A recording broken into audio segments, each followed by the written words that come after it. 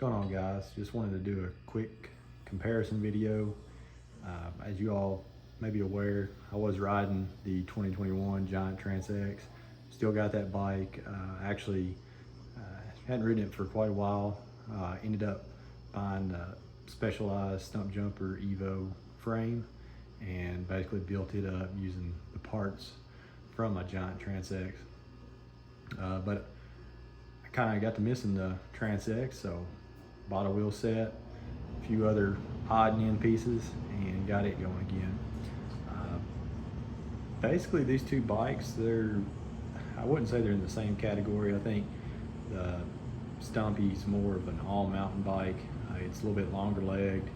It's got 150 mil in the back, 160 front, versus the Giant Trance X, which is 135 millimeter in the back and 150 up front.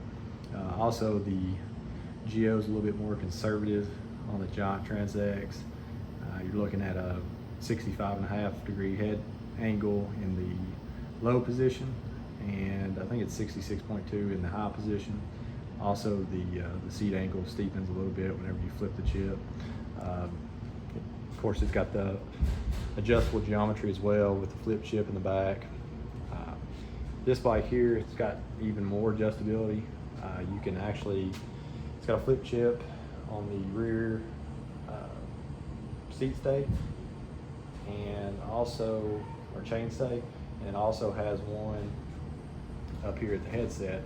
It's got a cup that you can basically switch out. You can go from, I think, a 63 degree head angle all the way up to a 65.5 degree head angle. So you can actually make this Stumpy very comparable geo-wise to this Giant Trance X. I actually have opted just to leave this bike in the the standard Geo, which is, I think, about a 64.5 degree head angle. I think the bike feels great in that position, handles really well. This bike, it's one thing that I don't like about it for the trails that I typically ride. It's got the Fox Grip 2 damper, the Fox factory, and then it has the Float X shock. The Float X does have a climb switch. However, the Grip 2 damper does not have a lockout.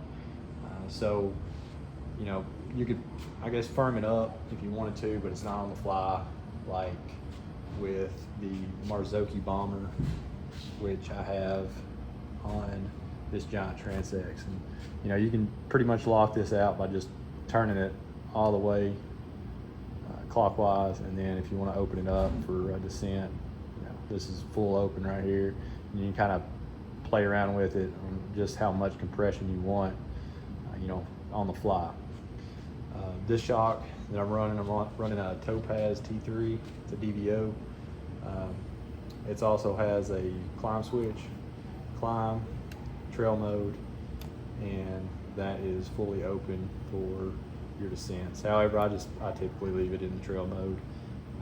Maybe if I'm riding up a extended incline, like a mountainous road or something, gravel road, or on blacktop, I'll probably switch it over to the climb mode, but otherwise it holds up just fine in the trail mode.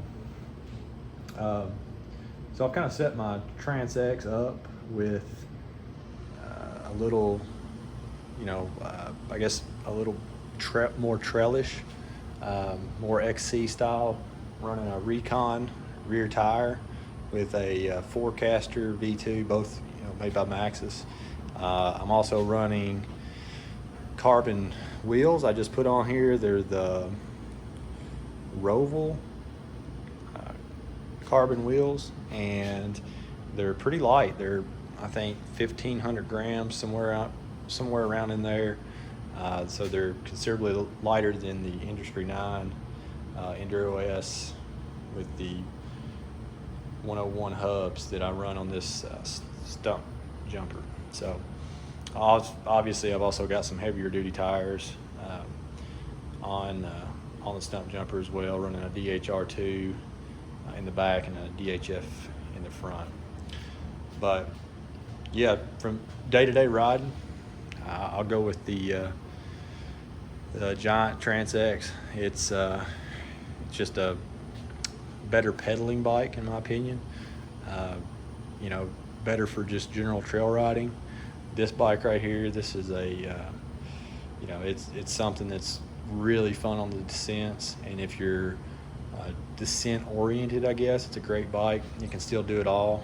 It can still be used as a day-to-day trail bike. However, it does, you know, kind of dumb down the trails pretty bad, and that has a lot to do with the fact that it's just a, you know, a slacker bike with more suspension travel. So still fun, still the bike that I'm going to take whenever I go to Windrock or Pisgah. This would probably be the bike that I'm going to ride, but for my local, I guess, Midwest style trails, very undulating terrain, I'm going to stick with the Giant Trance X and kind of, I guess, save my Stumpy for the more rowdy days, for the higher speed riding.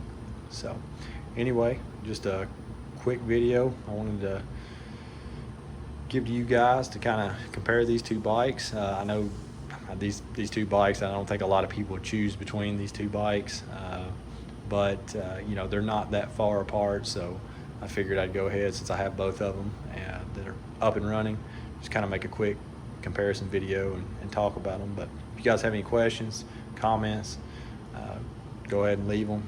Also appreciate it if you liked the video, if you liked it, and it'd be awesome if you subscribe. So until the next one, see you guys.